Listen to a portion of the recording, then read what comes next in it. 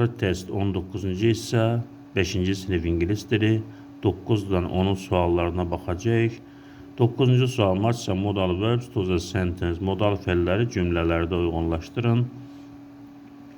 Can modal fe'li işlənir. Burada si bəndi ilə di bəndi olmaz. Çünki can'dan sonra ikinci fe'l gələndə to işlənmir. A bəndi ilə B bəndi qalır.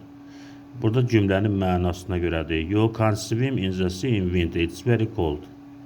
Burada can olmalıdır və yaxud can't olmalıdır. Cümlənin mənasına görə sən qışda dənizdə üzə bilməzsən, çox soyuqdur.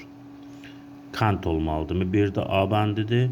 You can swim in the sea in summer. It's very pleasant. Sən yayda dənizdə üzə bilərsən, çox xoşaxit gələndir. 2-də də B bəndi olur. 10-cu sual match house tərəfləri birləşdirin. Hello, name is Tom. Salam, mənim adım Tomdur. Mənim burada hansıdır? My. Bir də B bəndi olar. Hello, my name is Tom. Salam, mənim adım Tomdur. 2.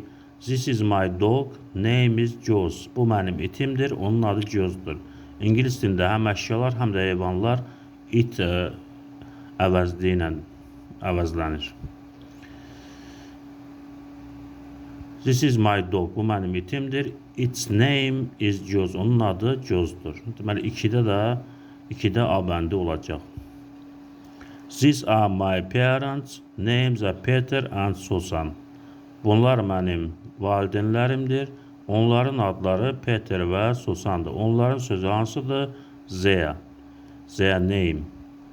Their names are Peter and Susan. Onların adı Peter və Susandır. 3-də C bəndi olacaq. Videonu bəyənib kanala abunə olmağı unutmayın.